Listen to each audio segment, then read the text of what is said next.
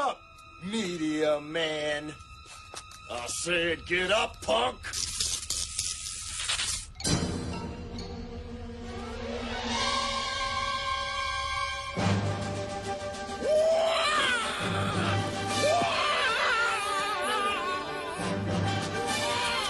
Take him.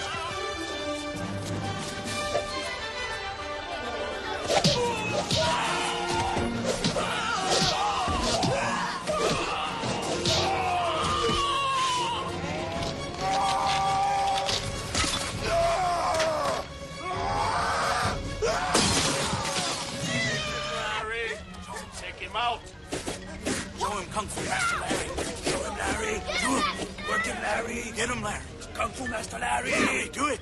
Do it, Larry. Stop dancing, Larry. Finish him off. What is this? You all right, Larry? Where you going, Master?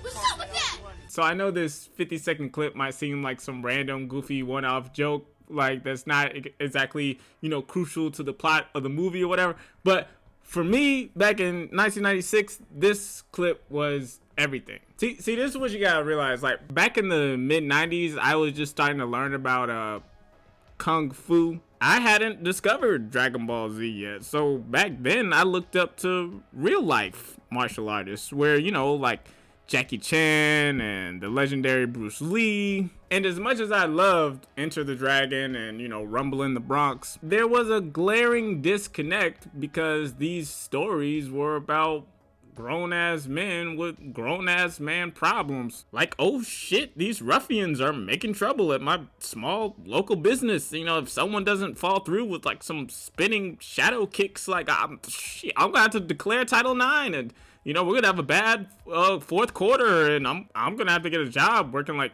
peak season at Amazon. Like, I'm 6 years old. Like the most complex part of my day is comparing the density between different boogers that I picked out my nose, and of course, playing PlayStation, PlayStation demo disc. Those demo discs were fire. But I don't know nothing about this, all this real life stuff. But it was the 90s and everything was kind of like, wall-to-wall greatness. So eventually I found the peak of cinema that is the Three Ninjas franchise. But before Rocky, Colt, and Tum Tum, there was Kung Fu Master Larry, who knew Kung Fu, was a kid like me, and was busting ass in a tailored black suit with a Dennis Rodman fade. Like, the buddy was fresh. And now, almost 30 years later, I, Marcel the Loser, have been honored to sit down with Kung Fu Master Larry, aka Larry Wiggs II,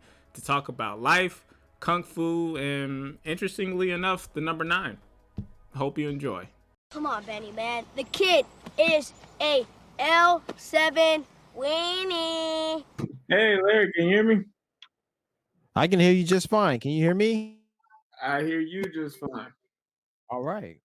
All right, cool. So what kind of video are you uploading? Like, what is this? So Kimberly came to visit me from Texas the other day.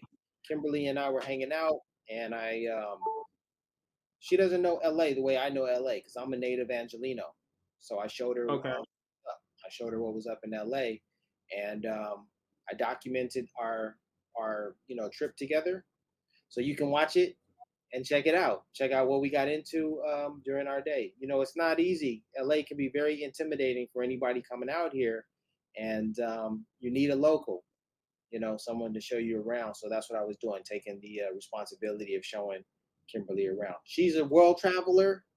She knows how to get around, but we're friends. So I said, let me show you. Okay, that's cool. The funny thing is I was actually born in San Diego, but we left when I was like 2. So, I couldn't tell you a thing about California.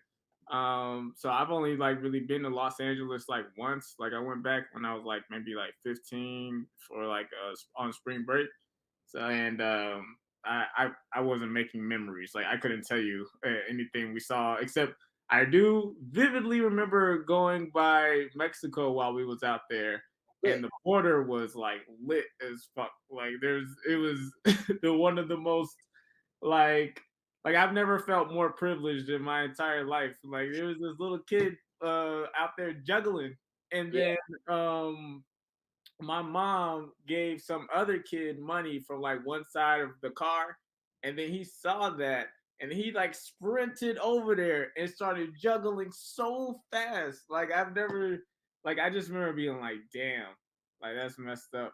The hustle. It's like it's just hey, like that's just reality for some people, so but yeah. So but hey, thank you for being here. I appreciate you coming on.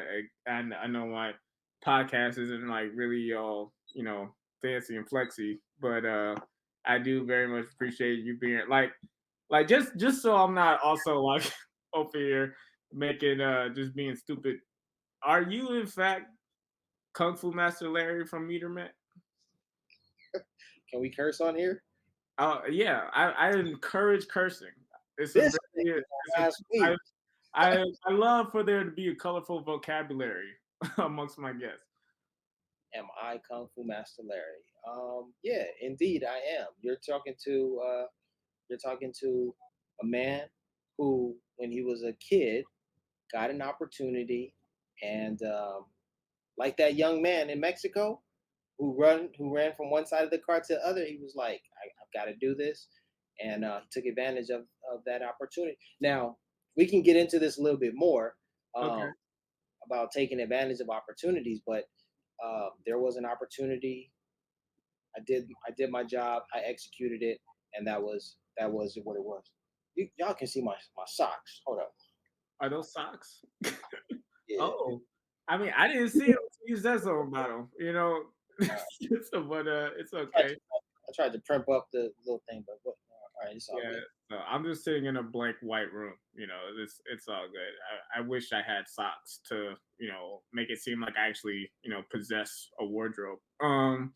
But nah, that's look. So yeah. Before we get started, if you've ever questioned the importance of that role or like how what kind of impact it had in the in the bigger picture, like me, my older sister, my auntie who's like 7 years older than me. My uncle is like a year older than me, and my auntie, is 7 years older than me. Grandpa, getting it in. So yeah, he remarried, and so yeah, it's not a big age gap. But the four of us, we used to watch Meteor Man on Laserdisc. Okay, Oh uh, wow. we used to watch Meteor Man, and hands down, our favorite part was when you showed up out of nowhere and just they were like hyping you up, like get him, Larry, take him out. Like I can't tell you how many times we rewound that and replayed it. It was so funny to us, and I was thinking about it earlier. I was like, honestly, that probably a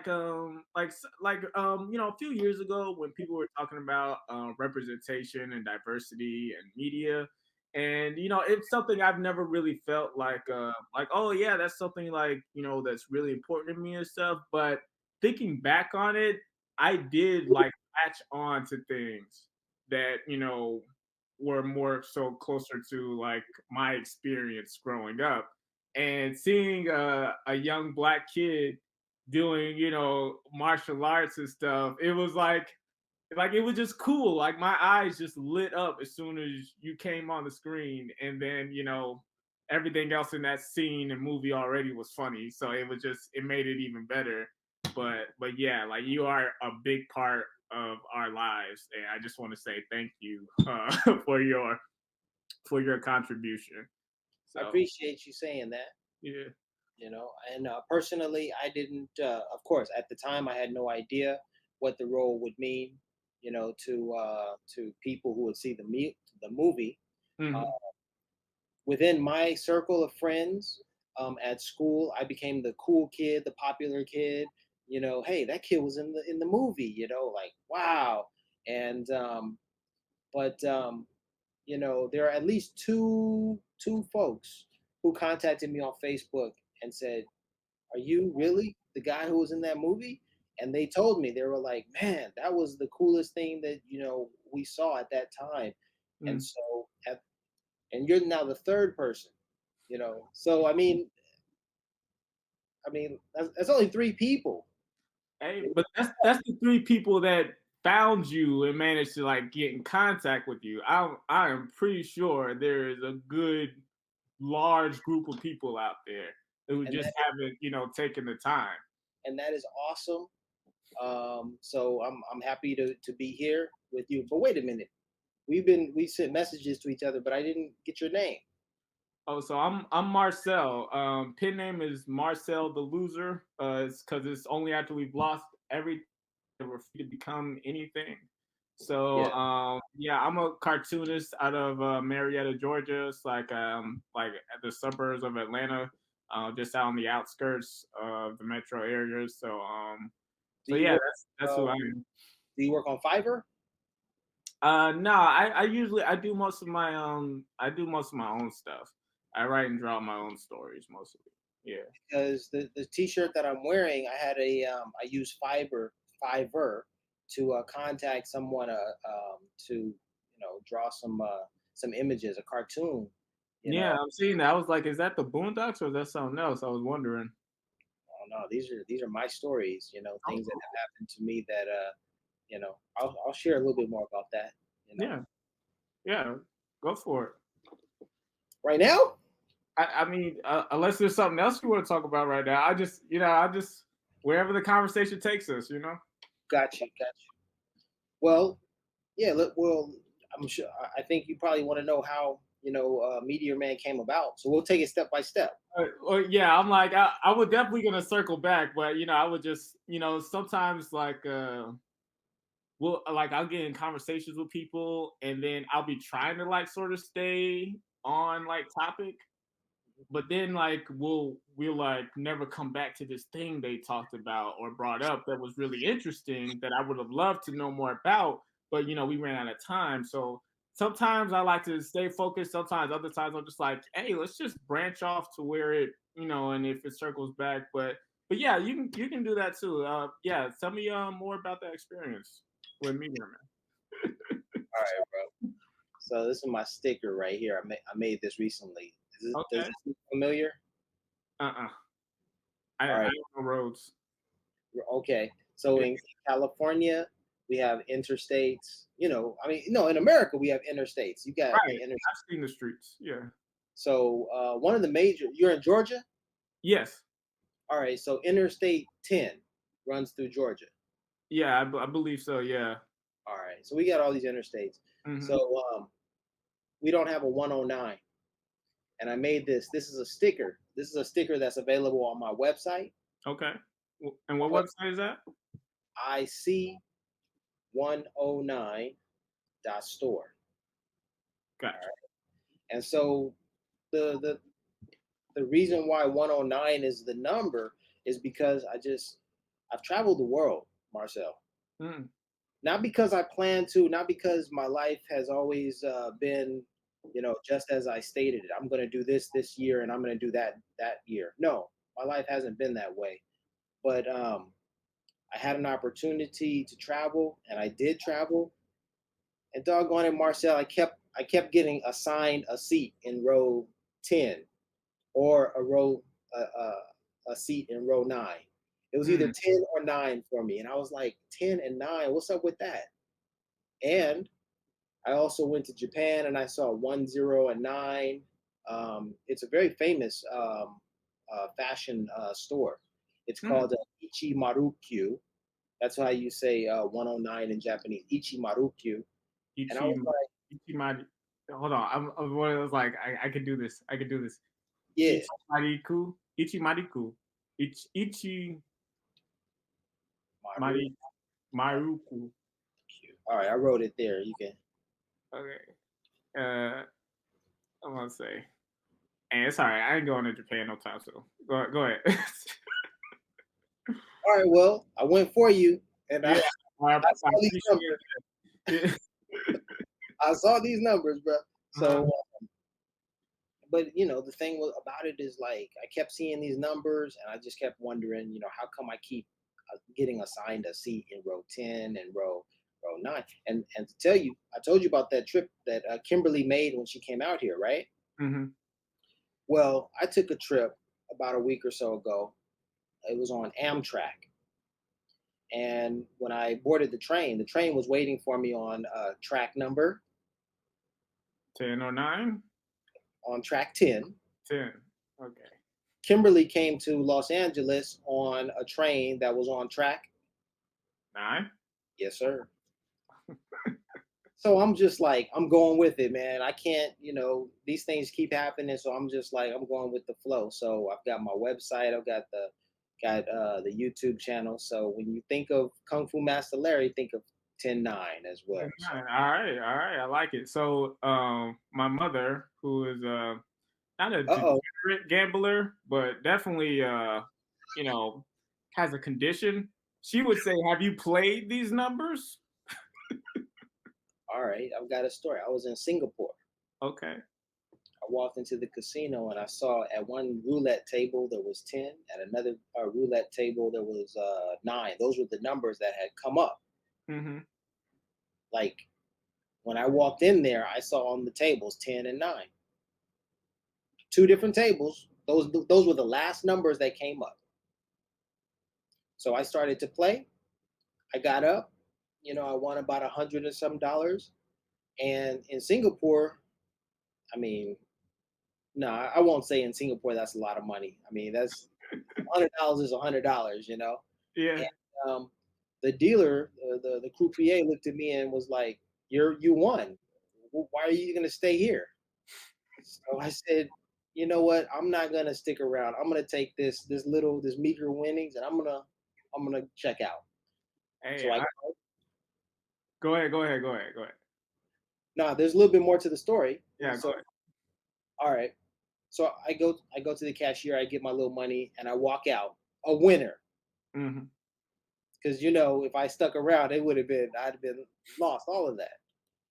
So I'm walking around the mall now, right outside of the casino. The casino is conveniently located in the mall, right? Mm-hmm.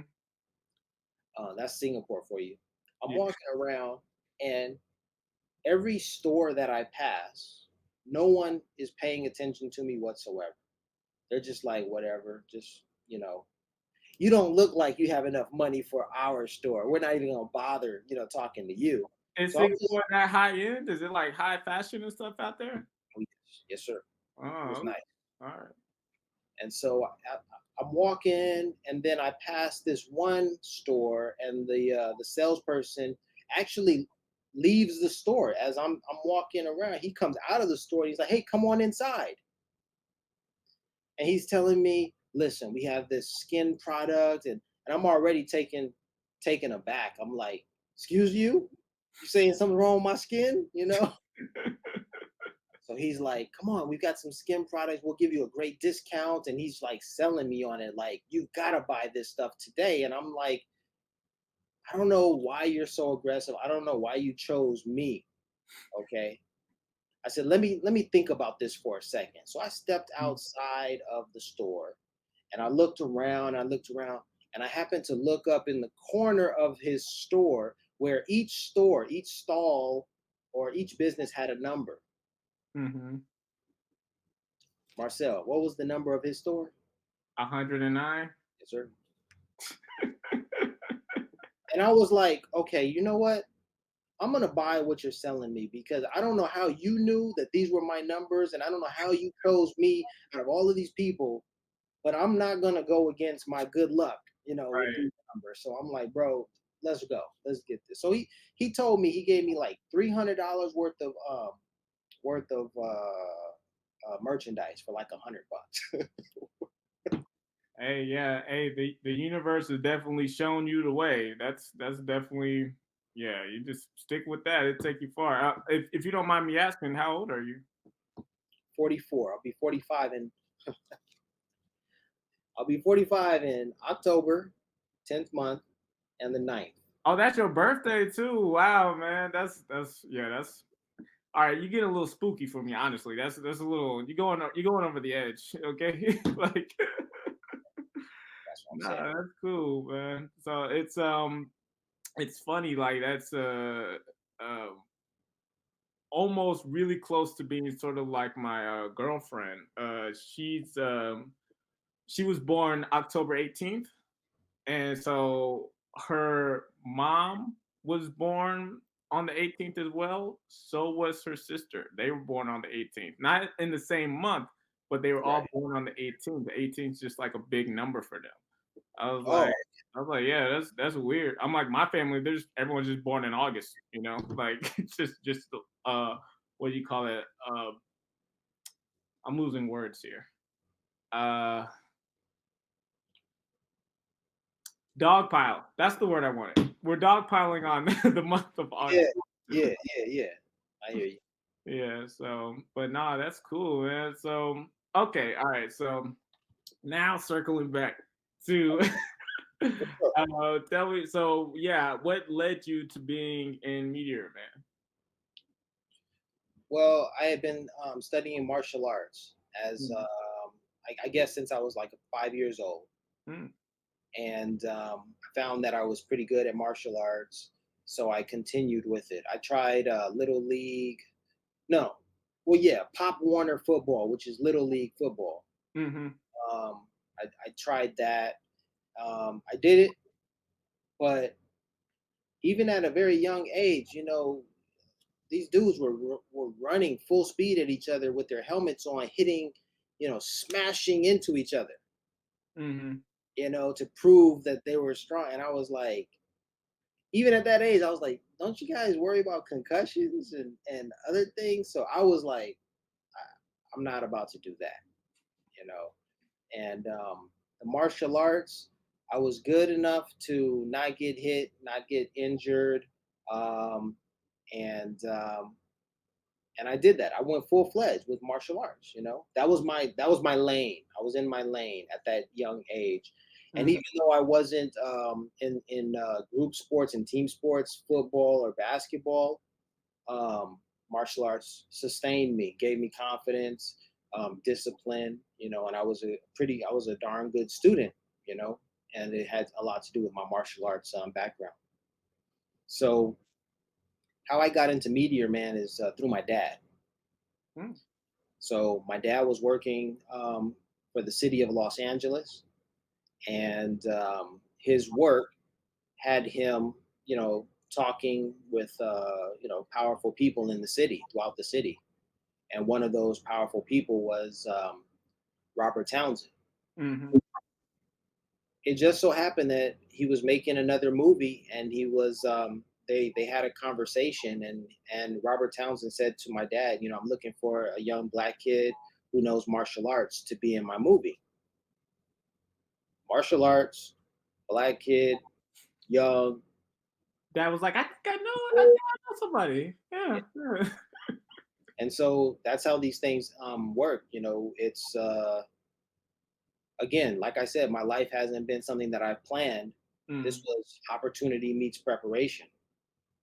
So Robert Townsend said, "All right, if you're confident that your son can do the job, have him come in. I'll audition him one on one. I'll tell him, what kicks to do. If he can do what I tell him to do, if he can follow directions, I'll put him in my movie." So dad came back to me and said, "Son, you're going to meet Robert Townsend. He's going to audition you. You're going to go in there." I didn't have an agent. I didn't have a manager. I had nothing. All I had was my martial arts skill. Mm-hmm. And I took direction well. So Robert, and I faced off, and he said, "All right, kid, you're in a scene. You're fighting me, okay? And you're gonna do this 1, 2, 3." And I did it, and I did some other things. And he was like, and those other things being kicks in the air. I was doing kicks, okay. And then after that, he was like, "Your son's got the part, man." And I'm just like, "That's cool." It's like, okay, whatever. And but my dad's like, "Son, you're gonna be in a movie." I'm like, "Okay, really? All right, cool." It's So just like, I mean, I guess, man. Can I go watch cartoons now? Like, really? yeah, but I mean, sure, I knew what it meant, but it just didn't. It like you said, I didn't know what this would mean for people who would see the movie, years later, and I certainly had no idea. So it was actually a couple of weeks ago. Yeah, on June 7th, I was at. I saw Robert Townsend again. Mm. So there was an event right here in California where they were showing Hollywood Shuffle, his first movie, and he spoke. He spoke at that event and told us. So I was able to, as an adult, I was able to listen to the director of the film that I was in, share his perspective and his life experience, so I could understand him as a man, what Mm. he's dealing with in Hollywood. So when that was finished, I approached him and I said, Robert Townsend, I may not look like it, but you hired me when I was 12 years old, man, to be Kung Fu Master Larry. And I just want to thank you, for that opportunity. He looked at me, he was like, brother, come on, bring it in. So he gave me a hug and I was like, wow, man, this is cool. So Robert Townsend, a real stand-up dude, because I mean, that was an all-black cast. Mm-hmm. And the movies that he's made are phenomenal. What is it? Cultural assets. Yeah, that's a great way of describing that. Yeah. So that's how I got in the movie. My dad was, you know, my dad was was an integral part in getting me the role. Of course, I had to do my part. Mm-hmm. That's it. Would you say you were like how many takes was that? All right, so they put a harness on me because the idea was when he, when he used his powers Mm-hmm. to push me away, it was a blow. Right. You like blew Blow. away, yeah. So they put a harness on me and they yanked me back. So they yanked me back a bunch of times. Are these people actually just pulling a harness? Yes. Yeah. Yes. I'm a little kid and so I can handle it, but at the end I was like, damn, bro, where's my workers' comp? On my neck, damn, what's going on? Said I know it don't seem like I know it seems counterproductive, but I got into martial arts because I didn't want to get pulled and tugged like this. Yeah, yeah. Sheesh, man. So, it was a bunch of times, bro. And then to come to find out, the sequence of events, or Meteor Man, blows me away, and then I fly back. Mm-hmm. When in the movie, when I saw the premiere, when I attended the premiere and I watched the whole sequence, I saw a man flip backwards, and I was like, "That's not me," and it wasn't me. So Kung Fu Master Larry has a stunt double, man. You ruining my childhood. Don't tell me stuff like this. yeah, Don't tell me man. stuff like this. So I guess I'm one half of the Kung Fu Master, legend. Yeah, man. Okay. So I had to do some reshoots. Okay. But But but but, but check this out though. I was Uh-huh. on set with legends who hadn't yet developed. I was there with Don Cheadle. Yeah, I was just about to say. I was like Don Cheadle. There's a bunch of people. Chris Tucker has an uncredited role in that movie. Like, Oh, there's a lot of people in that movie. like I have a picture of Don Cheadle sitting down watching me get yanked a bunch of times. He's just looking like that's not what I'm doing. That's not what I'm getting paid for. Is it close to you? Is it like accessible, or is it just The like picture? yeah, the picture? Oh, I have the pic. Yeah, yeah. The picture's on my Instagram account. Oh, okay. Yeah. All right, I will go look at it later. You can see Don Cheadle. You can see Big Daddy Kane. Mm, Now here's a story for you. I was on set. Of course, we had to dye our real hair. right. Peroxide. That whole process was interesting. But I went to my dressing room. They gave me my outfit. They're like, "All right, this is the outfit for Kung Fu Master Larry. Go to one of these trailers and put your clothes on."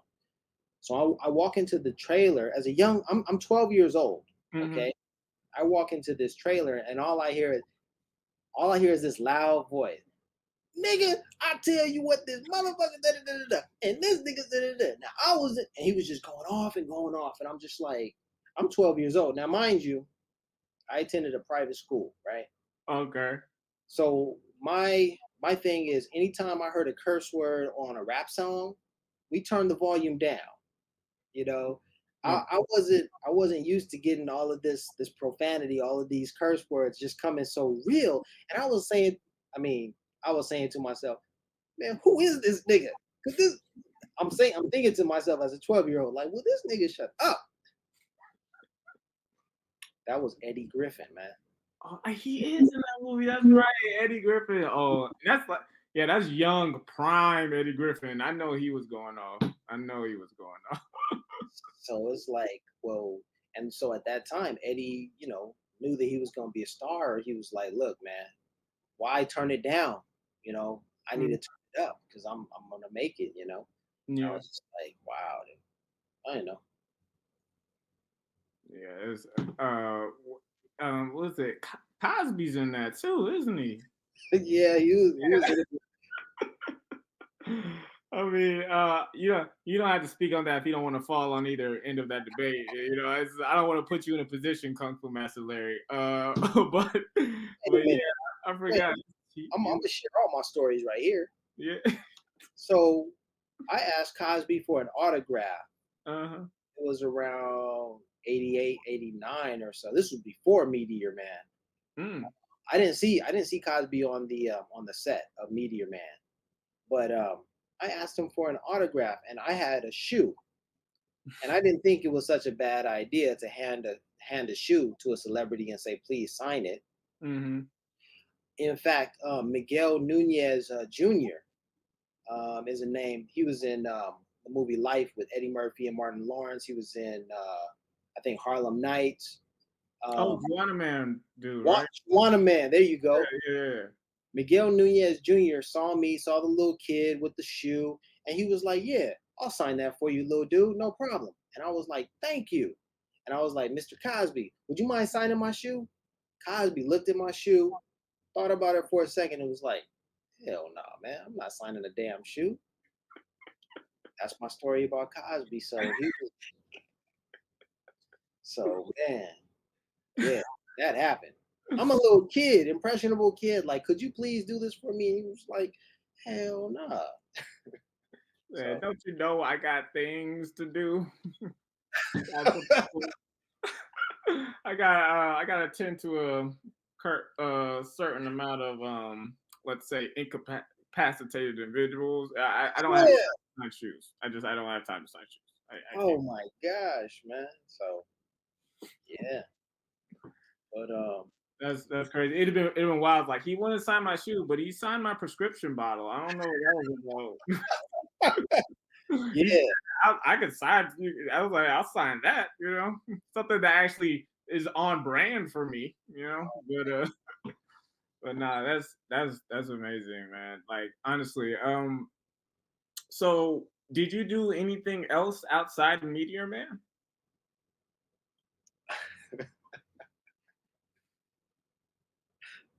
I want to keep it PG. I want to be nice. I don't want to ruffle any feathers, but at the same time, I want to kind of say, "Fuck Ray J." Ray J. Ray J. and Moesha's brother? Yeah. Oh my shit. Yeah, he was Randy's brother, Snoop Doggy Dogg's cousin. Man. What happened? So after Meteor Man, now I'm not in the industry, right? But I did Meteor Man, and then Meteor Man was the next step into the industry, the entertainment industry. And so after I did Meteor Man, my dad helped me, and I got a talent manager, and a talent agent. I got both of them. And for 1 year, Marcel, for 1 year after Meteor Man, I had an opportunity to change my life forever. See, here's what I want to tell you, Marcel. Life comes at you fast. I believe it. And when you're like 12 years old, how do you know that you can change your life? How do you know what to do to impact your life? Mm-hmm. Well, I had a, what was it? It was we had a dinner date. My dad, myself, and the legendary Marla Gibbs, Mm. all right, from the Jeffersons and 227 fame. Marla Gibbs gave me a gem of advice when I was 12 years old that could have changed my life. She said to me, Larry, all you have to do is ask Robert Townsend for a line, for a speaking, just to say something. Mm-hmm. Because all you have to do in Hollywood is get a speaking part, and then they bump you up. You get paid more. You become a member of the SAG, the Screen Actors Guild. Like so many things follow that, and it only takes a speaking part. At 12 years old, the 12-year-old me, she told me, and I didn't do it. So, Why? man, I probably thought there were more opportunities that were going to come. Uh, They thought, I don't want to beg for something. I don't want to be on that end. Yeah, I don't want to disturb Robert. He's busy. He's already decided what he's going to do. Why should I, I all of those thoughts went on in my 12-year-old mind. Now I'm 44. Hey, bro, how about we expand my role in this movie? Let's do a little bit more, right. Yeah. What's my motivation? I think my story needs to be told this way. Let's do it this way. Tupac was that way. Mm. Tupac should have been in the movie Menace to Society, but they wanted him to play one role, and Tupac said, why don't we tell the story about how this brother got to where he is? Because if people don't know the backstory, they're not going to be interested in this character. Yeah. The directors, Albert and Alan Hughes, were like, "Nah, we're not gonna talk about that. We're just gonna show this guy." Tupac was like, "To hell with that role," Mm-hmm. So Tupac had it. I didn't have it. And also Ray J had it. Yeah.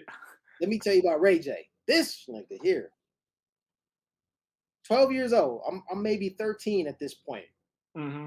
Ray J is younger than me, so he was 12 at this time, but he was on it. He knew what to do. We're auditioning for Sinbad's television show. All right. I already have my agent. I've already done Meteor Man. I'm being sent out for auditions and stuff like that.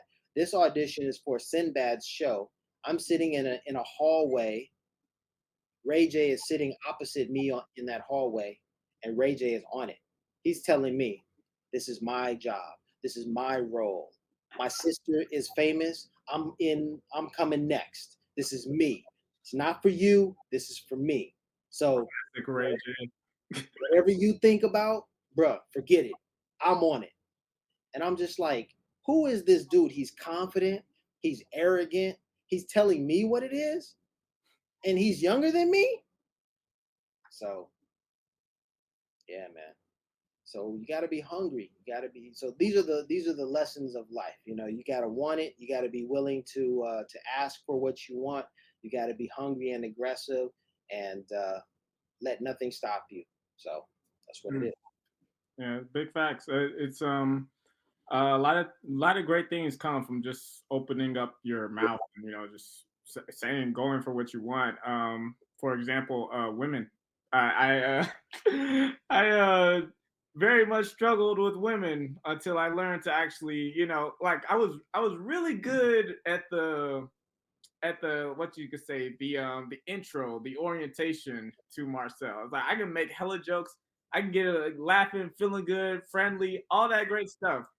But as far as like sealing the deal and execution of like just let's actually engage romantically and like on a date, like that was, I did not know how to do that. Like it's just because I didn't know how to actually just go about saying what I actually wanted out of that relationship, you know? So it's on the business level, relationship level, like anything in life. You definitely have to just be clear about what you want sometimes, There it is.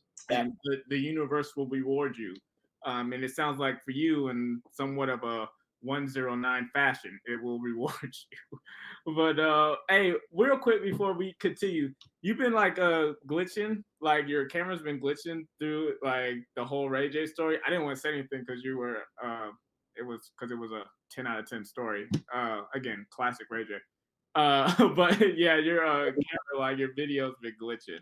So you like Ray J, man. I blame Ray J. Yeah. No. Well, like I said, man, I'm running this. I'm doing this video rendering in the background. So yeah, unfortunately, my computer is slow. How far along is it? At this point, let's check it out. Let's see. 81%. 81. Oh yeah, we done slowed it all the way down, huh? Because it's only like 2 or 3% more than when we started. Right. Yeah. I hope it's not too bad. I mean, we'll figure it out. Like I'm like I said, I'm honestly just so I'm trying not to fan out too much. Like this, you know, I've met celebrities at like comic conventions and stuff. Like I even have a video I'm working on. Like I went to a comic convention, like because I'm a cartoonist, I sell comics and stuff. And I recently started thinking, like, you know, like I never go see the celebrities. I never go to Celebrity Roll. But like yeah, I think I'm gonna go this time, and I'm gonna ask some of them to play Connect Four with me. So just see if I could get one of these big superstars to play me in Connect Four, just because I was like, I bet there is no video on YouTube of these big movie stars playing Connect Four against somebody. So yeah, I went up to Elijah Wood, and you talk about, you know, sometimes just speaking, asking, and going for what you want. Like when I went up there, he was in no way prepared to be like decide on whether or not he wanted to play Connect Four against somebody. Like, cause he's up there just signing autographs and taking pictures with people, you know. So I just went up there and said, like, hey, can I play you in Connect Four and record it? And he was like, sure, cool. And we did that real quick, and he tried to get me to go film play against the guy who played Sam as well. But I was like, man, I ain't going to see those other dudes.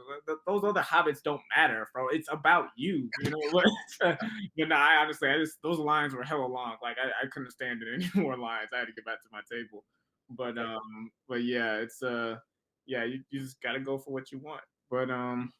But yeah, I don't fan out with other celebrities, but I'm slick kind of fanning out with you. I'm definitely excited, and I'm like, hey, if you're glitching, if you're not glitching, it's all good. You know, I'll figure it out when I'm editing it. It works all the same. All right. Yeah. So Ray J basically took your legs from under you, huh? And that was all she wrote. Definitely, man. And after that 1 year, I no longer had an agent, or it was just a 1 year contract. They were like, "We'll give you a shot, kid." Mm-hmm. You know, and that was by far the most memorable and biggest role that I went up for. No, not the biggest. Sister Act 2 with Whoopi Goldberg, and or maybe it was Sister Act 1. I think it was Sister Act 2. I can't sing. My agent, my manager was like, Larry, we just need you to get out there in front of people. This is for experience. So, you know, just do your best. They might see something in you and put you in a movie otherwise. And I'm like, I can't sing. And they're looking for someone who can sing. So anyhow, Lauryn Hill was chosen for the role. I went up against Lauryn Hill, 12 or 13 years. I mean, me and hundreds of other, you know, kids were going up for that role, but Lauryn Hill won, and we know why, you know. Right. Yeah. So that's It's funny. Did you see that that little reunion they had for Sister Act 2 recently? No, I didn't. They were on like The View because Whoopi Goldberg's on that, and they did like a reenactment of the song like "Oh Happy Day" and stuff. All right, I'm gonna have to check it out. Yeah, it was pretty cool. It was a pretty cool moment.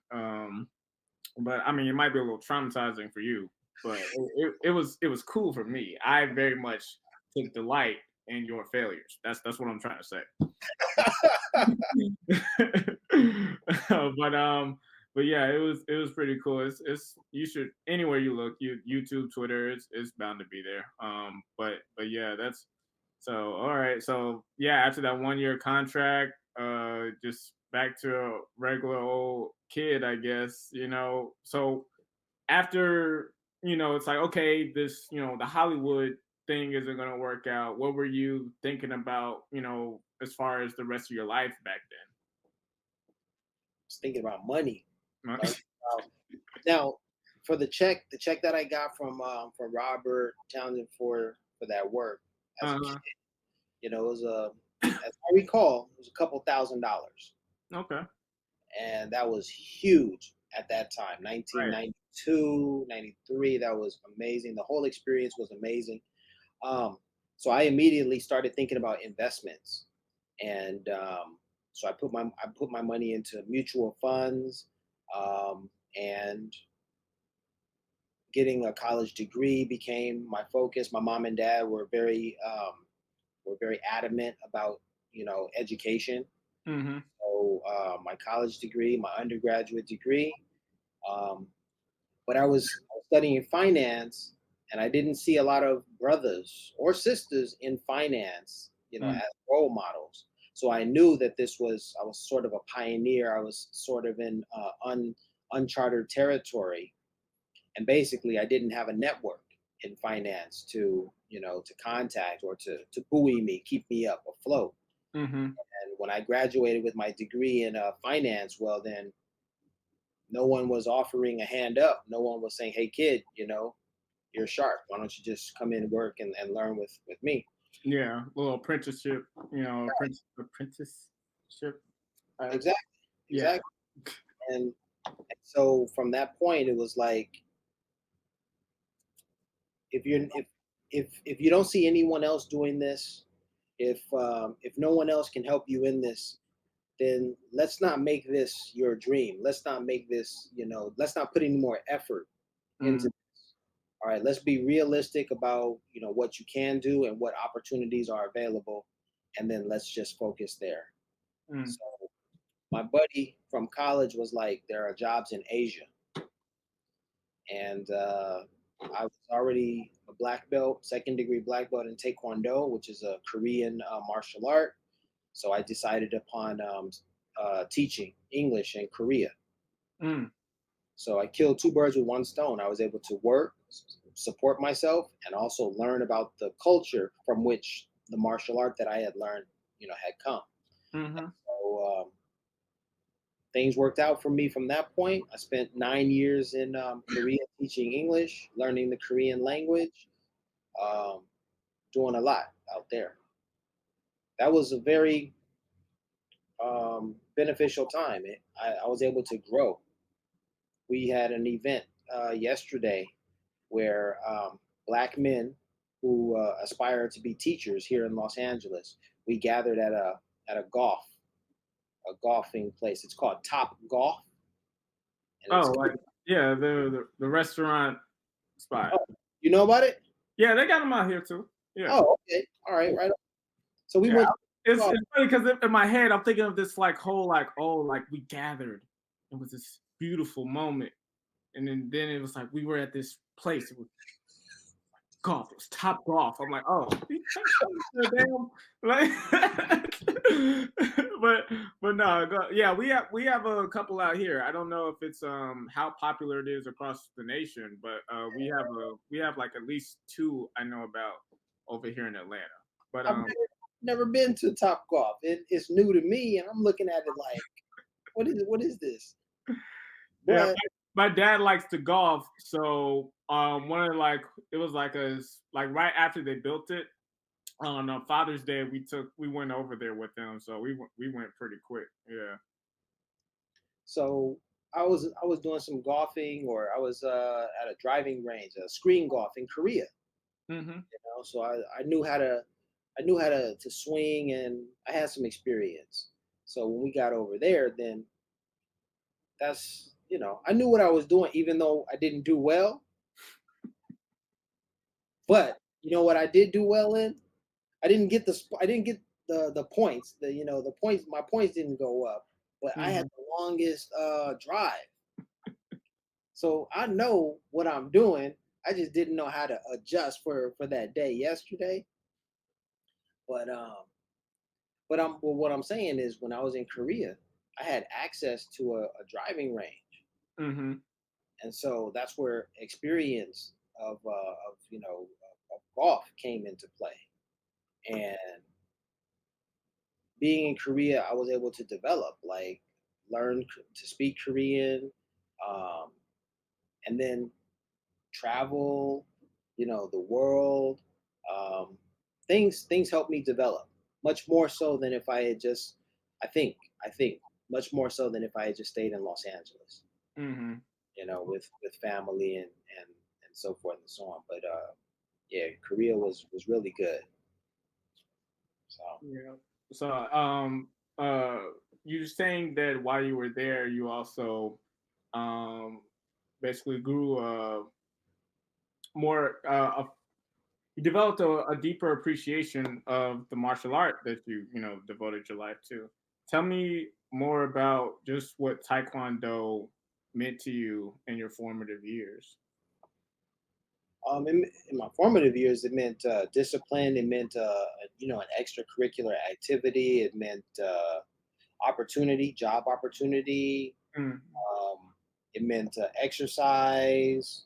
It meant pride, confidence, self confidence. It meant all of those things.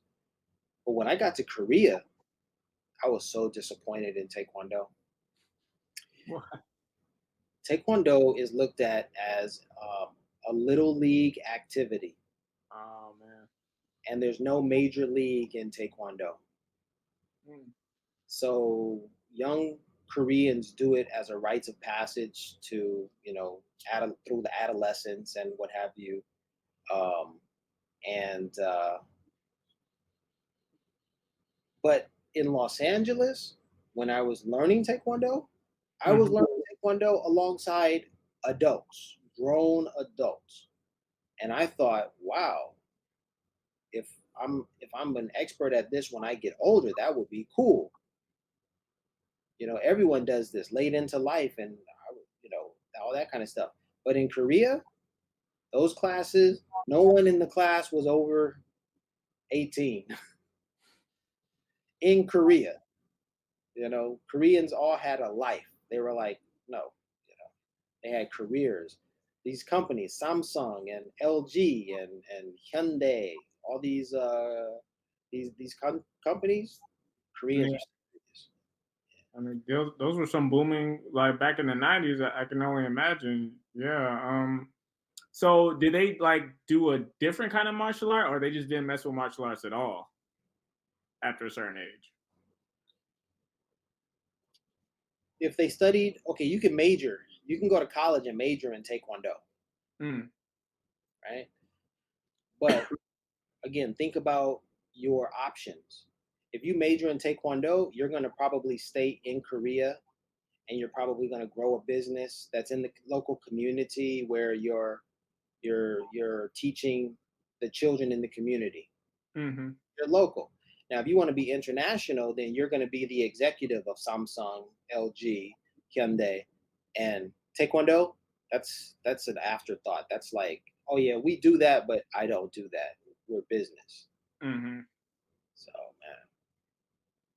man, Okay. So I guess, were there any like Taekwondo masters you looked up to when you were still like training and stuff? well, yeah, like my Taekwondo instructor was Mm-hmm. a movie star.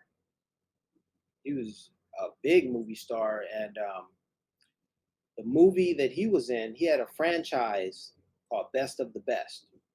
All right, hold on, gotta look this up. Best of the best. Tell me more.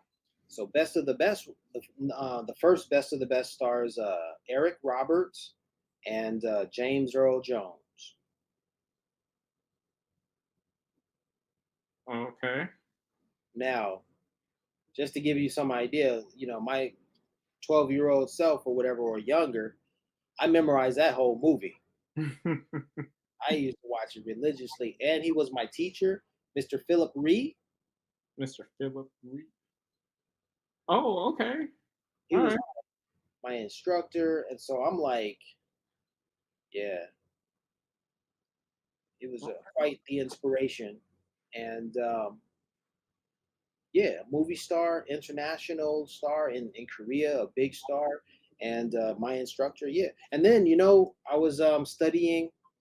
Okay, so I'm in Los Angeles where all the celebrities are. So I studied with his name.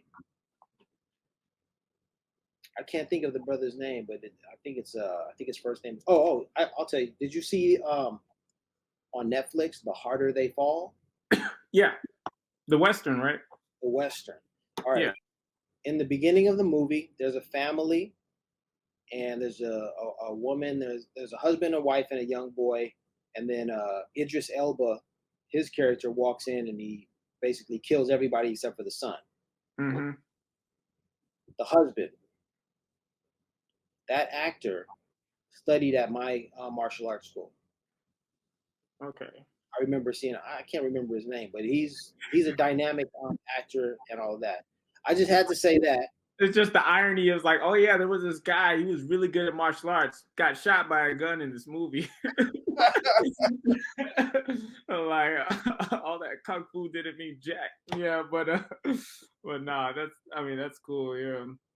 But then I also studied alongside David Allen Greer.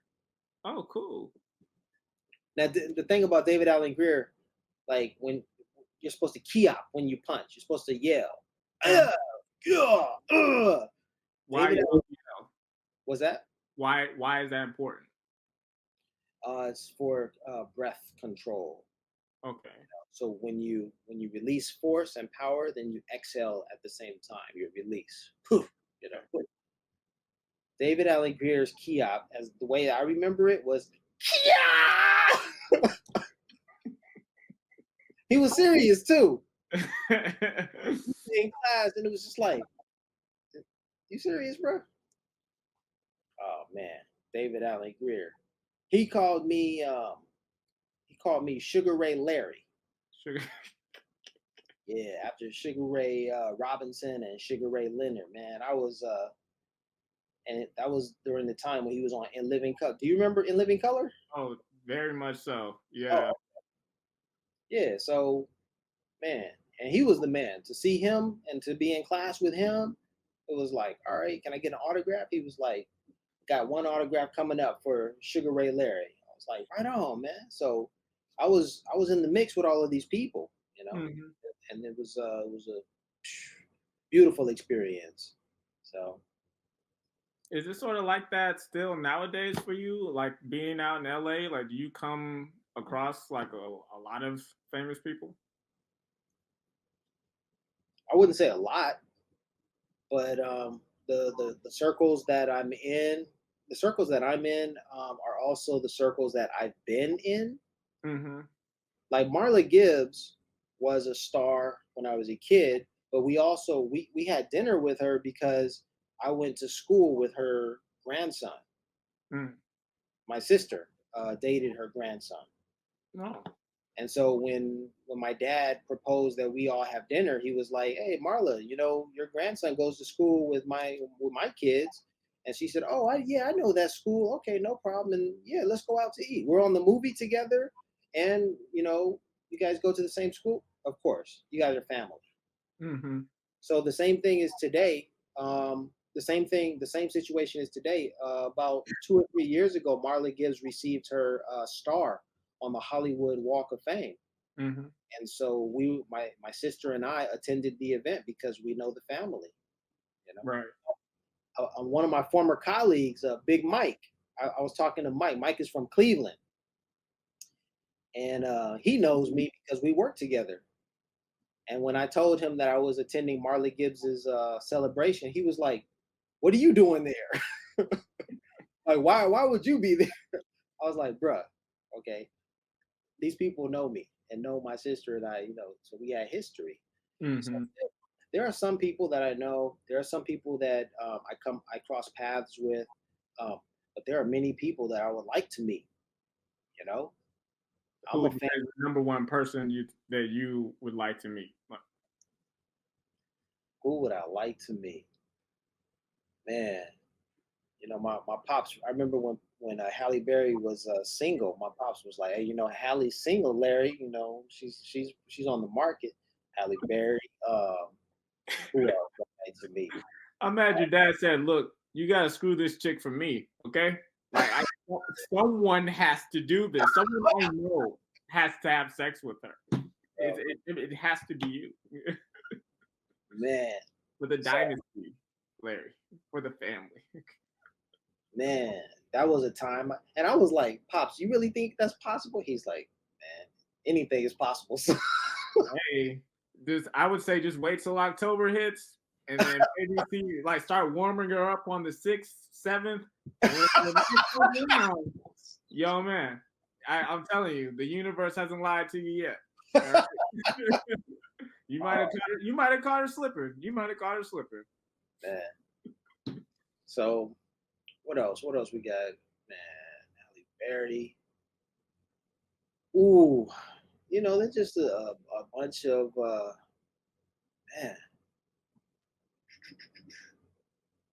I don't know, man. I'm happily married now, so I'm good. Oh, congratulations, man. How long you been married?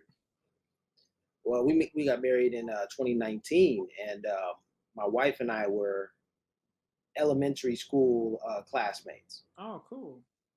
but we hadn't She been stayed with in contact. the whole thing. She been attached to you.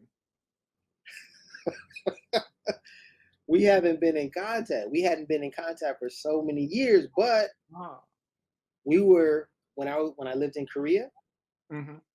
She would message me because in her life, like she would cross paths with my family, whether it was at church, whether it was at some event out and about, and she'd be like, "Hey, aren't you related to Larry?" "Yeah, I went to school with him." "And oh, we're at church now." "Hey, you guys are at the church too?" Like it just kept happening.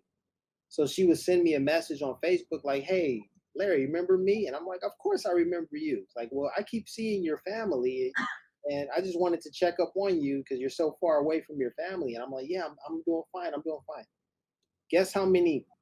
Guess how many years of text messages my wife and I had before we got married? 10. Yeah. 10 years. No, that's wild though, cause like I recently got engaged, Okay. and my Congratulations. my fiance is struggling to open the door now. She's coming in from getting groceries.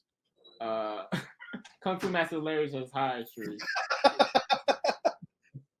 But yeah, it's crazy though. We met back in 2009, and then um so I was hanging out with my best friend, and his friend was dating some chick that she was friends with. So like they just all came over one day, and we were just all hanging out. And the funny thing was, like, when we were hanging out, like, cause we went to like the mall or something, I was kind of like, look, I gotta get going, cause like I'm trying to talk to some other girl, and like and I was trying to get back to her. And like that was a part of that lesson that I was telling you about earlier, not knowing how to seal the deal. So I was like, I think I've got this figured out almost. Like it's very important that I get there on time. That didn't work out. But anyways, back in 2009, that's when we first started hanging out, and then we fell off. Come 2019, 10 she years. hit me up randomly on Facebook. I mean, we've been friends, like we were friends on Facebook and stuff, but we had like just stopped talking to each other after a while. But she randomly like slid in my DMs, or not randomly, I guess. I mean, I guess it was very much on purpose for her. But she hit me up and we started talking, and yeah, 5 years later now we're engaged and we're about to get married. So Congratulations, right on. yeah, thank you. So yeah, it's crazy how that works out. It That's took you 5 years to figure out how to seal the deal, though.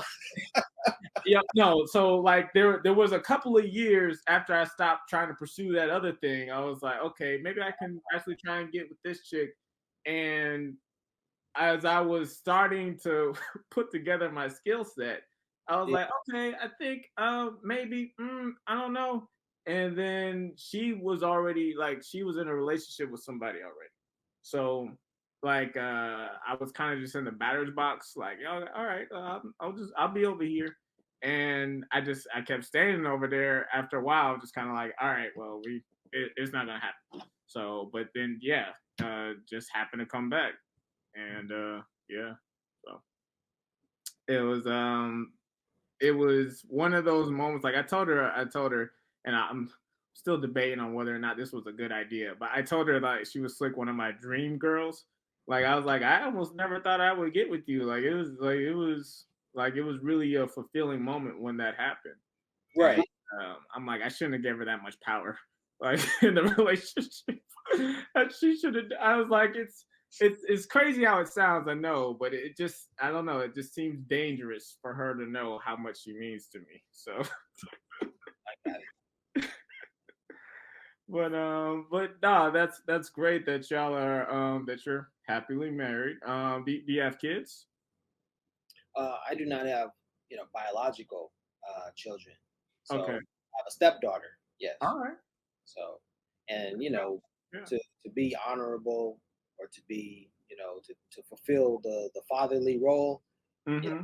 just take that step away and say, yeah, I do have a daughter. So, Right, yeah. you know, So, I mean, that's cool. I have a stepdad as well and a stepmom, and like especially now that I'm older, I definitely just see them as parents. Like, of course, they're not my actual mom and dad. No one replaced them, but I do see my step parents as just straight up members of my family. Like, yeah. right.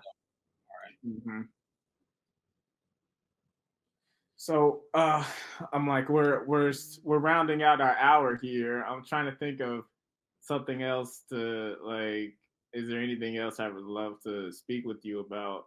Um, No worries, man. We could do this.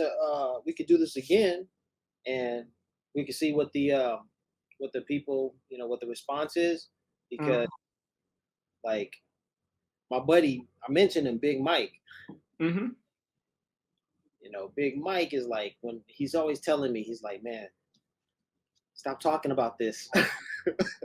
He says, stop talking about this.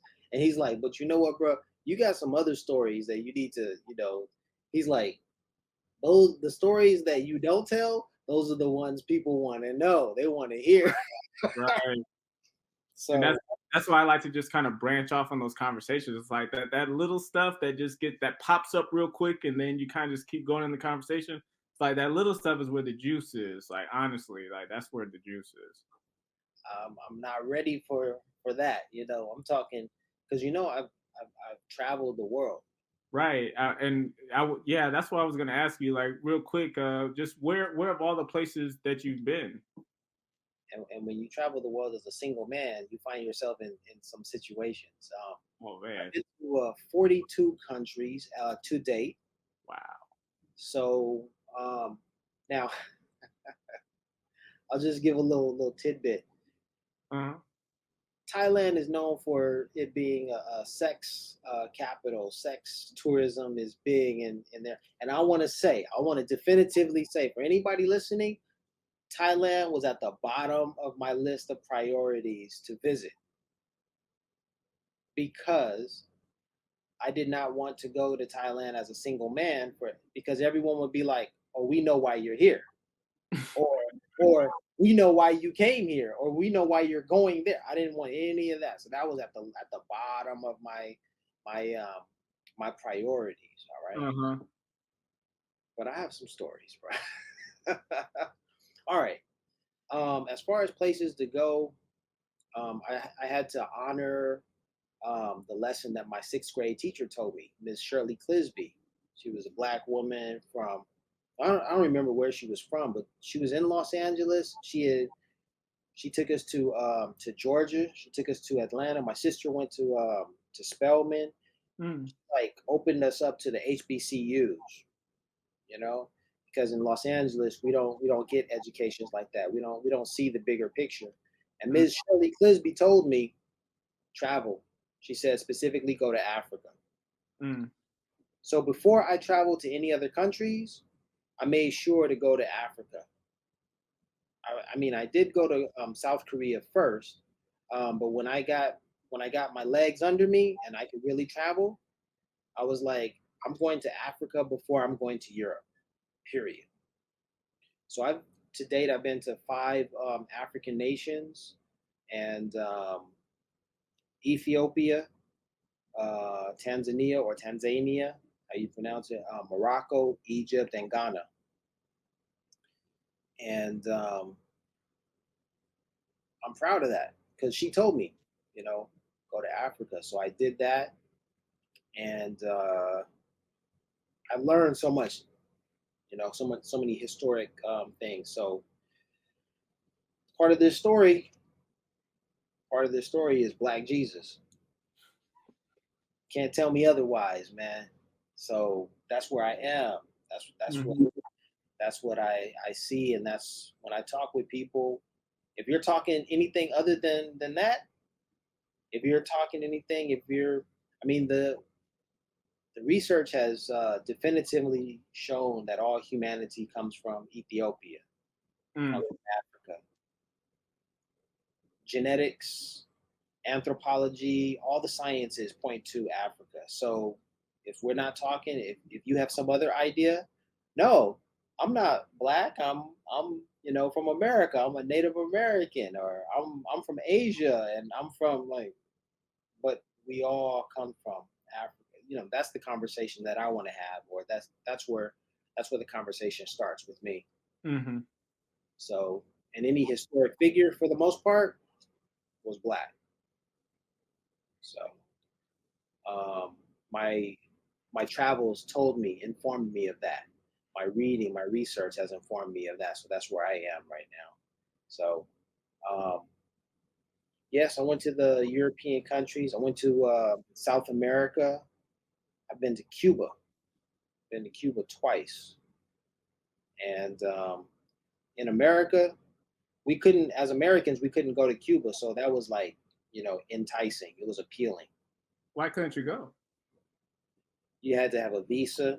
You had to have been a journalist. You had to have declared your purpose and had your purpose approved. Mm.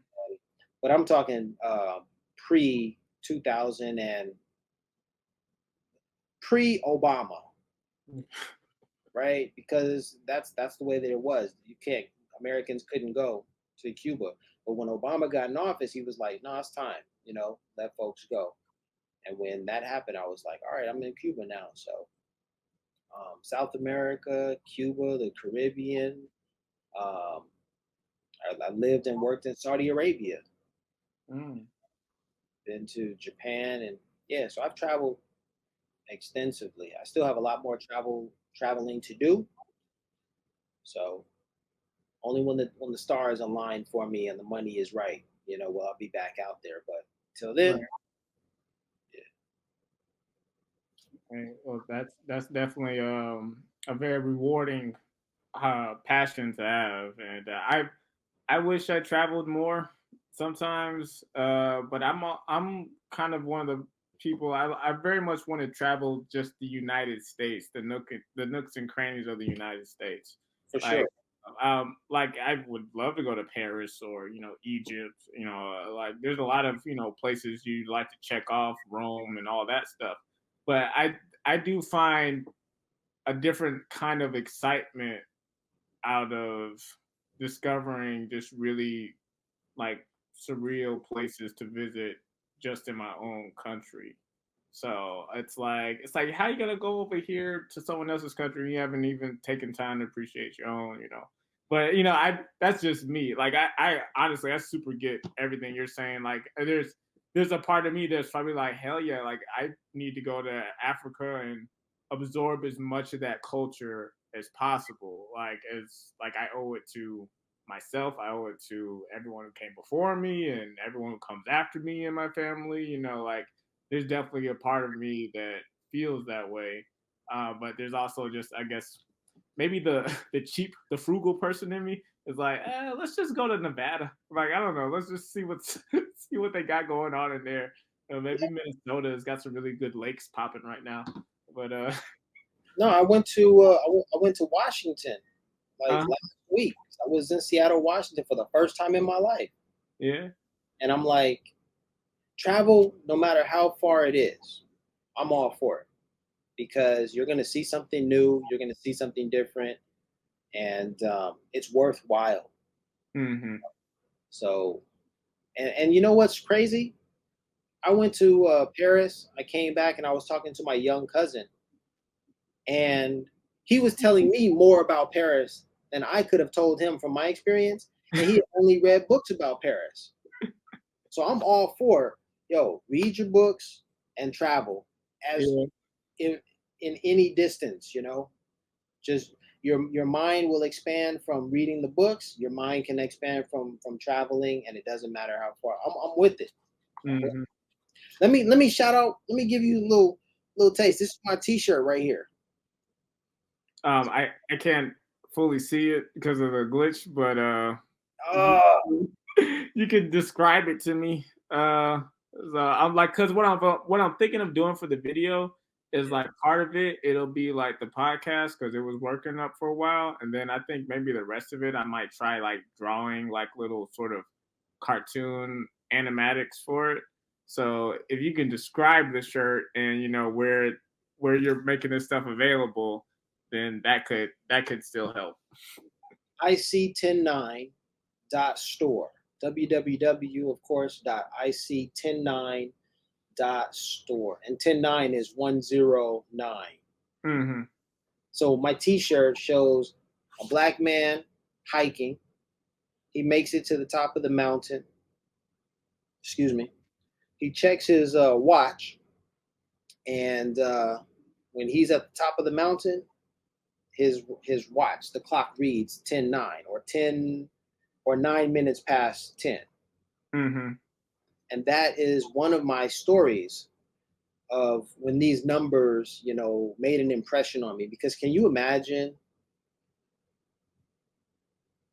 how is it that that synchronicity, right? Those, for one, those numbers mean something to me. And then at that particular time, I made it to the top of that mountain. Like, how did those two things coincide? Especially when I wasn't planning it. I was just saying to myself, okay, I made it to the top of the mountain. I don't know what else to do. I've taken selfies, I've taken my photos, everything is great. Like, it was so peaceful up there. And I was asking myself, like, all right, Larry, what do you do now? Or I was asking God, I was like, what do you want me to do now? I did it. That's when I looked at my watch and I was like, wait up, those are my numbers.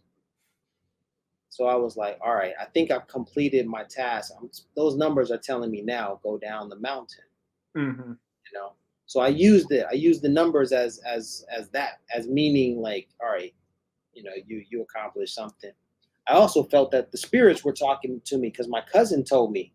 He said, when you go to that mountain, it's so peaceful up there that the ancient spirits are going to greet you. They're going to meet you, and they're going to, make sure you spend some time meditating up there. What mountain was this? In Machu, it's Machu Picchu. Oh, okay. Machu. One of the seven, or one of the eight wonders, seven wonders of the modern world. Mm-hmm. So, and I didn't plan it. They said it would take about 2 hours, and I started, at 8 a.m., around 8 a.m. to go up the mountain. But I wasn't thinking, I'll make it up there about 10. It'll be 10:09 when I go down. I was like, okay. No, it was none of that. It was just like, dang, okay. All right. So. Hey, like I said, man, the universe is definitely speaking to you through. It's like that's an amazing occurrence to just keep coming through. It's a great way though to know that to center yourself, I think, and just find peace in whatever moment you're in, just because like when you see these numbers, I would imagine it just that you're home to an extent. Like this, you're living within your purpose and everything. Like that's a great thing to have, and just sort of bring comfort in any moment of uncertainty, I would think. But hey Larry, like again, this meant everything for you taking the time to talk with me. Like I said, even with the glitch, this has been dope. So like, hey, very much thank you. I think the glitch is my fault because, like I said, I'm running the program in the background and it's causing all that. So yeah, it's all good. Like I said, I'll figure it out and make it still okay. So you're not just looking like this. Because you've been stuck on that for you were kind of going in between, but you're stuck like this a little bit. So, it's all good though. We'll figure it out. We'll work it out in post. Make you look very sexy. Just like again, man, thanks for being here. Like I said, if you would love to come back on the show someday, or just link up for a video, maybe you want to challenge me to a Connect 4 if you think about that action. I'm not gonna put the pressure on you. I'm pretty good. I lost to Elijah Wood, but I'm pretty good. I'm pretty damn good. So, if you think you want to do that, or like play me in Uno, or just like I said, talk some more, I very much would appreciate you coming on, and I'm super down for it. So anytime. That's what's up, man. I appreciate you. Thank you for your time. And just remember, West, y'all. Kendrick is king. Oh, right. I forgot. I was going to ask you about that real quick. Like, did you go? No, I actually, if you want to know what I was doing, I posted a video from, so I'm a volunteer at KBLA 1580 AM with Tavis Smiley. Maybe you've heard of him? Oh, yeah. Yeah. So Tavis Smiley has the only Black-owned radio station west of the Mississippi. Mm. And so I've been working with him since like 2022, and on Juneteenth he had an event, and I committed to attending that event. And then out of nowhere, Kendrick Lamar pops up saying, "Yo, we got this event going on." I'm like, no. So I watched it. I sat and watched the YouTube, presentation. Oh man, it was a magical day. Did you see it? Yeah, I've seen it, and I've seen it. It was definitely it was more than just a concert. It was more than just a concert. And he repped for Nipsey and brought it all together. So we definitely have some more things to talk about. But I'll just end it on this. Like, King Kendrick is doing his part, and it's Black Jesus. It's 10-9. IC109.store. Marcel, appreciate you, brother. Salute to you. Peace and blessings. Hey, man. Peace and blessings to you too, man. Take care, and I'll see you around. All right. Okay. All right, man.